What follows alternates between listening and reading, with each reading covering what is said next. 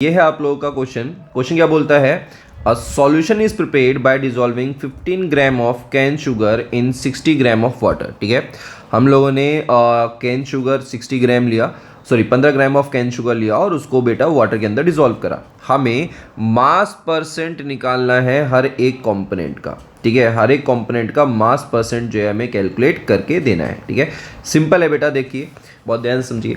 यहाँ पर अगर हम देखते हैं तो कैन शुगर को देखो, कैन शुगर का पहली बात फॉर्मूला याद रखना कि बच्चे इसको कंफ्यूज कर लेते हैं बेटा आपके पास ग्लूकोज से। एक्चुअली में जो फॉर्मूला होता है वो होता है आपके पास C12H22O11। ठीक है, और यहीं पर अगर आप इसका मॉलिक्यूलर मास देखोगे तो ये हो जाता है आपके पास 342।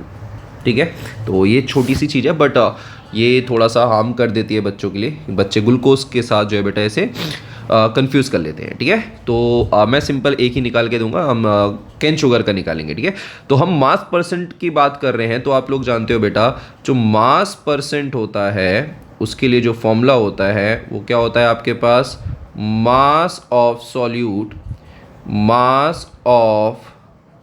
सॉल्यूट ओवर होता है बेटा आपके पास mass of solution multiply by 100। ठीक है, यहाँ पर हम लोग बेटा 1 बाय 1 निकालेंगे तो एक का निकालो, 100 में से माइनस कर दो, दूसरे का पता चल जाएगा। ऑब्वियस ही बात है ना, क्योंकि यहाँ पर सिर्फ दो ही तो चीज़ें हैं। ठीक है भाई, आपके पास जो सॉल्यूशन है, आपके सॉल्यूशन में दो चीज़ें हैं। आपके सॉल्यूशन में एक तो बेटा कैन शुगर है, ठीक है, एक तो आपके पास कैन शुगर है, दूसरा बेटा आपके पास वाटर है। ठीक है, अगर हम लोग बेटा मास परसेंटेज कैन शुगर का निकाल देते हैं तो 100 में से माइनस करेंगे तो आपके पास वाटर का बेटा मास परसेंटेज आ जाएगा। ठीक है, चलिए स्टार्ट करते हैं। हम लोग बेटा मास परसेंटेज कैलकुलेट करते हैं for cane sugar. Mass percent for cane sugar.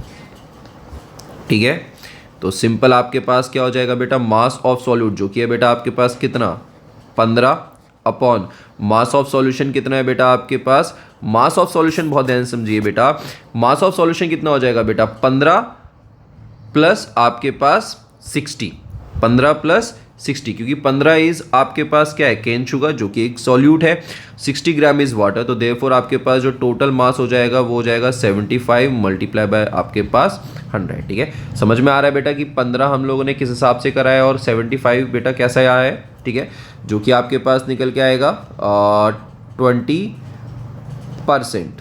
ठीक है, तो यहाँ पर आपके पास जो मास परसेंटेज है for cane sugar that is 20% आया है, तो 109%। Therefore mass percent for water वो कितना हो जाएगा बेटा, वो हो जाएगा बेटा आपके पास 80%। ठीक है, तो ये था बेटा आपके पास क्वेश्चन। आई होप क्वेश्चन आपको समझ में आया होगा। बेसिकली इसका सॉल्यूशन बेटा आप लोगों को समझ में आया होगा। ठीक है, चलिए नेक्स्ट टाइम मिलते हैं एक नेक्स्ट क्वेश्चन के साथ। Thank you.